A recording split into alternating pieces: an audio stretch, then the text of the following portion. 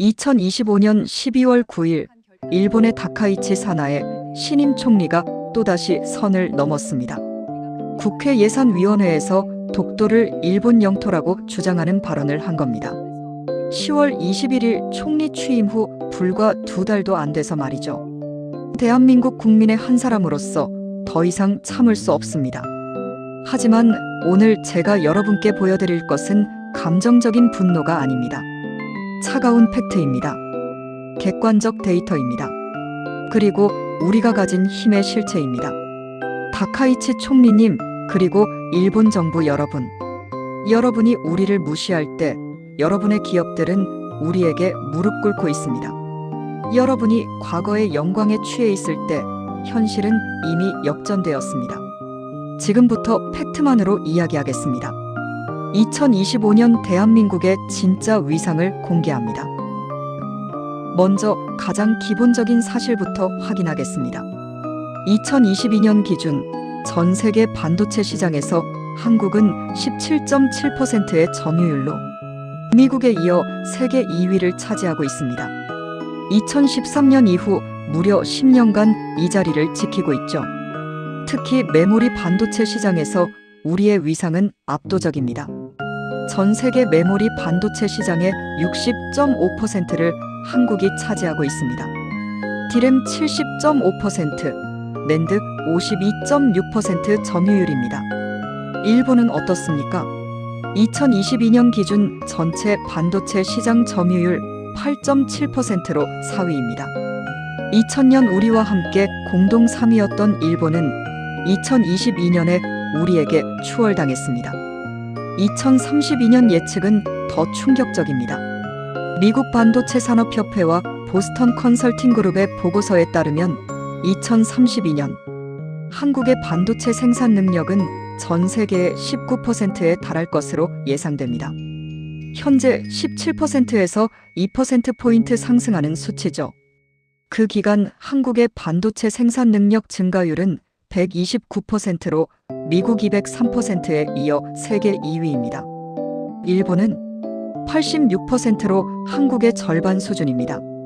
1965년 한일 국교 정상화 당시 양국 무역 규모는 2억 달러였습니다. 2024년에는 772억 달러로 352배 증가했죠. 하지만 내용이 바뀌었습니다. 2000년 이전에는 한국이 일본에서 섬유와 기계를 수입해 의류를 수출하는 전형적인 수직적 분업 구조였습니다. 즉, 한국이 하청 역할을 했다는 뜻이죠. 그러나 2000년 이후 구조가 완전히 바뀌었습니다. 반도체, 석유 제품, 철강 등 첨단 산업의 중간재를 중심으로 한 수평적 협력 관계로 전환된 겁니다. 한일 산업 내 교역 지수는 1988년 0.25에서 2024년 0.42로 상승했습니다. 이 지수는 1에 가까울수록 대등한 파트너 관계를 의미합니다.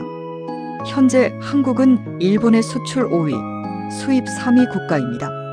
일본 입장에서 한국은 결코 무시할 수 없는 경제 파트너인 겁니다. 다카이치 총리가 존경한다는 아베 신조 전 총리. 그가 2019년 7월 한국에 경제 보복을 시도했던 일을 기억하십니까? 2019년 7월 1일, 일본은 반도체와 디스플레이 제조에 필수적인 세계 품목에 대한 한국 수출을 규제했습니다. 불화수소, 포토레지스트, 불화폴리이미드. 당시 일본은 이 품목들의 글로벌 시장을 70에서 90% 장악하고 있었습니다. 한국의 반도체 산업을 무너뜨릴 수 있다고 자신했던 겁니다. 일본 언론들은 한국 경제가 무너질 것이라고 대서특필했습니다. 일본 정치인들은 한국을 호되게 혼내주자고 떠들어댔죠. 결과는 어땠을까요? 완벽한 실패였습니다. 2019년 8월 한국의 불화수소 일본 수입액은 0원을 기록했습니다. 완전히 끊긴 거죠. 하지만 한국 기업들은 살아남았습니다. 어떻게? 국산화와 공급처 다변화로 대응한 겁니다. 삼성전자와 SK하이닉스는 즉각 대응에 나섰습니다. 한국 정부는 2019년 8월 소재 부품 장비 경쟁력 강화 대책을 발표하고 100대 핵심 전략 품목을 선정, 집중 지원했습니다. 불화수소의 경우 국내 기업들이 저순도 제품 국산화에 성공했고 생산 능력을 2배로 확대했습니다. 고순도 제품도 미국, 대만, 중국 등으로 수입처를 다변화했죠. 2024년 1월에서 5월 한국의 불화수소 수입액은 1,191만 달러로 전년 대비 48% 증가했습니다. 하지만 2018년 평균의 50% 수준입니다. 즉 절반은 국산화와 대체 수입으로 해결한 겁니다. 반면 일본 소재 기업들은 어떻게 됐을까요? 스텔라 케미파는 영업이익이 30% 이상 급감했습니다. 모리타 화학공업은 판매량이 30% 이상 급감했죠. TOK공업과 스미토모 화학은 결국 한국 내에 생산기지를 건설하기로 했습니다. 한국 시장을 포기할 수 없었기 때문입니다. 2023년 3월 일본은 결국 수출 규제를 해제했습니다. 4년간의 보복 조치는 일본 기업들만 손해를 보고 끝났습니다. 교훈은 명확합니다. 정치적 이유로 경제 무기를 휘두르면 결국 자기 발등을 찍게 됩니다. 일본은 이미 2019년에 이걸 배웠어야 했습니다. 일본의 마지막 자존심, 자동차 산업 이야기를 해보겠습니다. 2024년 전기차용 배터리 시장에서 한국 3사, LG에너지솔루션, 삼성 SDI, SK온의 위상을 보겠습니다. 2024년 1분기 기준 LG에너지솔루션 매출액 점유율 16.0%, 세계 2위, 삼성 SDI 9.3%, 세계 4위, SK온 5.0%, 세계 5위. 한국 3사를 합치면 30.3%의 점유율입니다. 중국 CATL을 제치고 사실상 세계 1위인 겁니다. 일본 파나소닉은 매출액 기준 6위에 불과합니다. 토요타, 혼다, 닛산. 일본이 자랑하는 자동차 기업들은 어디에서 배터리를 구매할까요? 토요타는 2025년 3월 LG에너지솔루션과 배터리 공급 계약을 확대했습니다. 파나소닉도 있지만 기술력과 생산 능력에서 한국 기업들이 앞서기 때문입니다. SK온은 2025년 3월 닛산과 배터리 공급 계약을 체결했습니다. 일본 완성차 업체와의 첫 계약이죠. 금액은 15조 원 규모입니다. 더 중요한 것이 있습니다. 고대 역폭 메모리 HBM입니다. AI 반도체는 HBM 없이는 작동하지 않습니다. 엔비디아의 H100, A100 같은 AI 칩들은 모두 HBM을 탑재하고 있죠. 한국은 HBM 시장의 95%를 장악하고 있습니다. 삼성전자와 SK하이닉스가 사실상 전 세계 공급을 담당하는 겁니다. 2025년 AI 반도체 시장은 시스템 반도체 시장의 17.3%를 차지합니다. 2030년에는 31.3%로 확대될 전망이죠. 즉 AI 시대가 본격화될수록 한국의 HBM 없이는 첨단 산업이 돌아가지 않습니다. 일본은 HBM 기술에서 한국과 비교가 되지 않습니다. 공정하게 이야기하겠습니다. 한일 경제는 여전히 상호 의존 관계입니다. 한국은 여전히 일본으로부터 중요한 소재와 장비를 수입합니다. 2024년 기준 한일 무역에서 한국의 대일 무역 적자는 여전히 존재합니다. 특히 반도체 제조 장비, 정밀 화학 소재, 일부 고순도 소재는 일본 기업들이 강점을 가지고 있죠.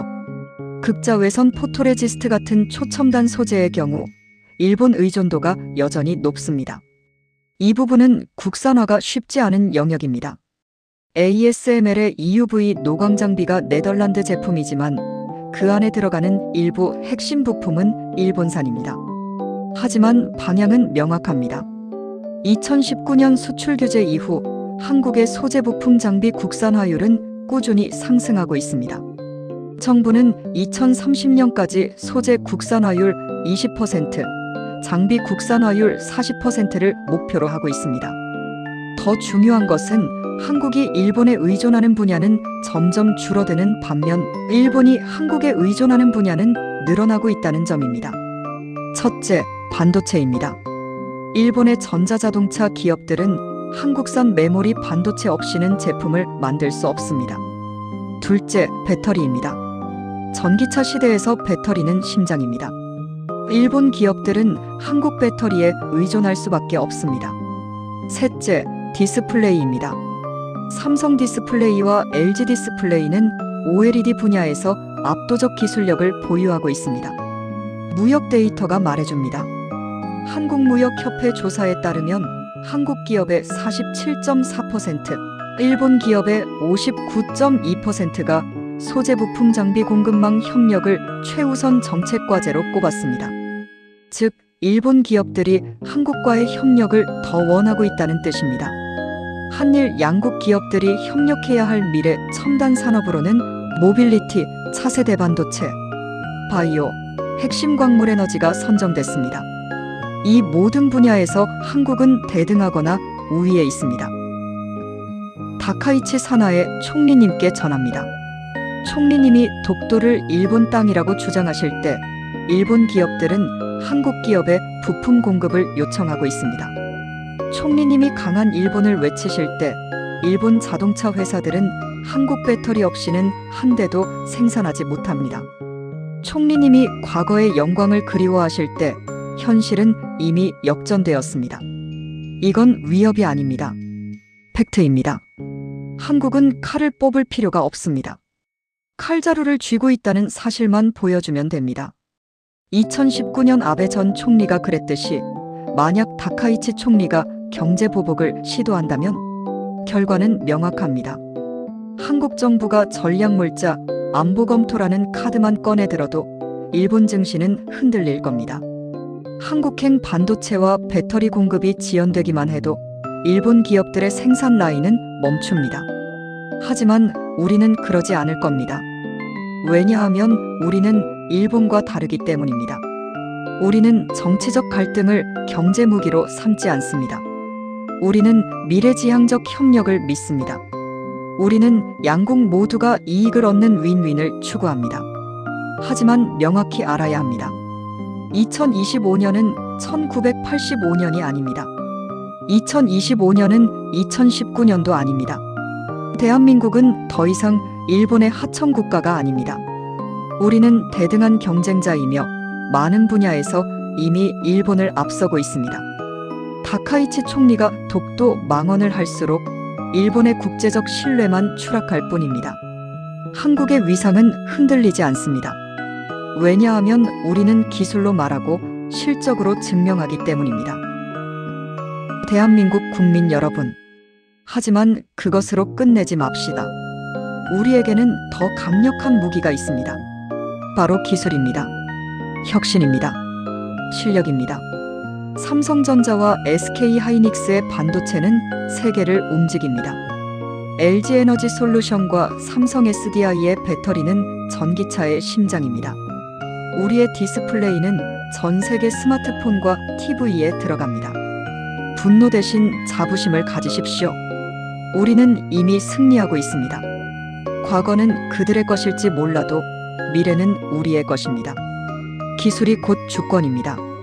실력이 곧 국력입니다. 대한민국 파이팅! 오늘 영상이 유익하셨다면 구독과 좋아요 부탁드립니다. 감사합니다.